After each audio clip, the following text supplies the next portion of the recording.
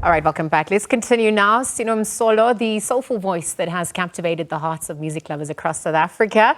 From his early days as a young singer and songwriter to his breakout moment on Idol South Africa. This was back in 2017. Sino's talent and dedication have only grown stronger. And today, with a multi-platinum selling status under his belt, Sino Msolo continues to inspire, mesmerize audiences with his unique voice and unforgettable melodies. And he now joins us this morning bright and early to talk a little bit more about his music career. Sino, good morning. Thanks for your time at this hour. Hey man, good morning and thank you for having me here. How are you feeling at this moment? The journey culminating to this moment. Where are you at?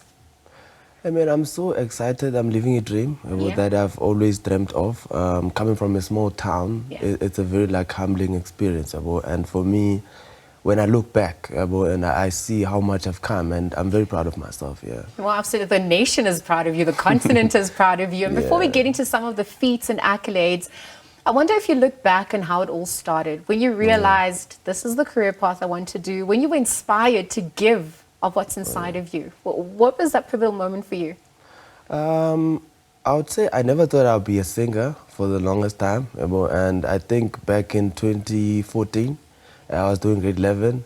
That's when I actually realized that, okay, Sharp, this singing, I've been doing it a lot, more than my studies or more than any other thing. So I was like, let me just actually focus on it. And eventually I realized, okay, Sharp, what if this is what I want to do for the rest of my life? And back in 2019, 2014, I mean, and that's when I actually decided in grade 11, And so you formally, or you're intentional about pursuing music. You work with the greats. You become a household name in Amapiano, South Africa's music scene. How do you take all that in? How do you navigate that? How does that also shape you as an artist? Hey man, it makes me feel like so special. And when I was starting, as I mentioned, from a small town, you never think you would get there. You never think your dreams are valid that much. But for me to actually come this far and actually have a name in the industry means a lot. And because there were moments where I thought maybe I would never get to this point, because no one in my hometown has come this far. So for me to have come this far and have this name, in the industry, it means a lot to me. Is there pressure knowing that you're representing not only yourself, not only your family, your community, your small town, as you allude to, and now South Africa loves you?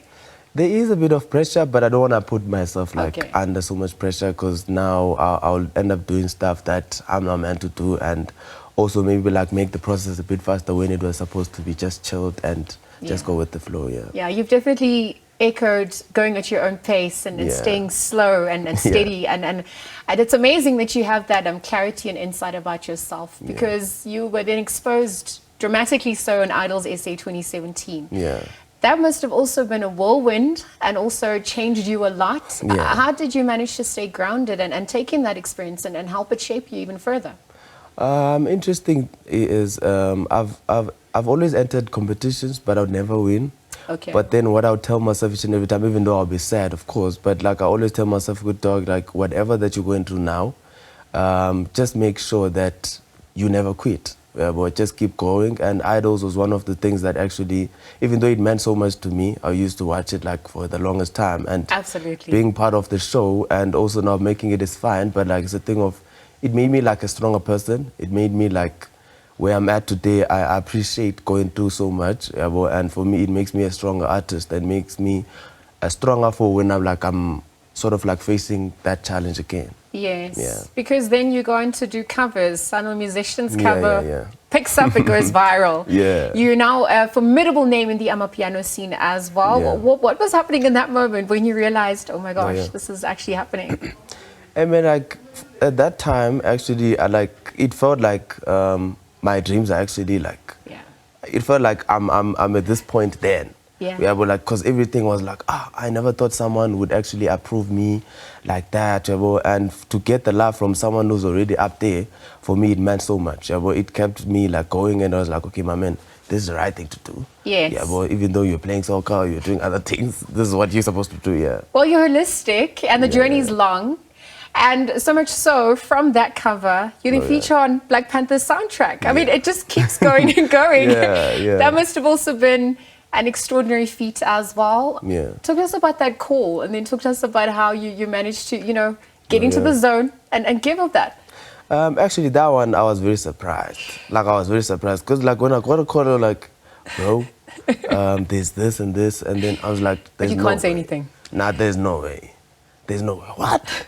And then I dropped the call because each and every time I get news, I will react after. Yeah, but I will act like I'm cool and everything. I'm like, but then when everything like when I'm alone, then I go crazy and stuff. Yeah, but I was so like happy. Yeah, but I didn't believe for some time. But up until now, we go to the airport and then now we're going to Nigeria. I'm like, oh, okay, sharp, this is real. Yeah, well, and then we got there. The reception was so dope, and like the people, man, they were so welcoming. Even the crew, like Black Panther, it was so nice, and the experience of recording the songs also, it was so dope as well. Yeah, it's a now iconic movie. It's an iconic soundtrack. Also, people are resonating with it because of the agency that it brings to Africans and the diaspora at large. And so I just wonder, in terms of your inspiration, dabbling in amapiano, conquering that scene. I mean, how do you continue to expand and tap into that inspiration and give more of yourself? What else can we expect then? Are you going to transition into other genres, cross-collaborate? What does that look like for you? For me, man, I'm mostly inspired by a lot of like genres. I've listened to jazz, I've listened to soul, I've listened to hip-hop, I've listened to many other things. And each and every time I write songs, it's mainly based on that. And going forward, when like more music will come, of course, and more genres I'll explore, and I'd like to see myself. I see myself as a musician, but not just a piano artist or a house vocalist. So for me, I just explore every time I'm in studio, and what comes out. Yeah. What's the soundtrack of your life right now? Guam. Okay. All right. So we're looking forward to many more feats. Thank you, Sino, for your time at this hour and for sharing of your journey. I know it's not goodbye. You're back with a performance in just a moment.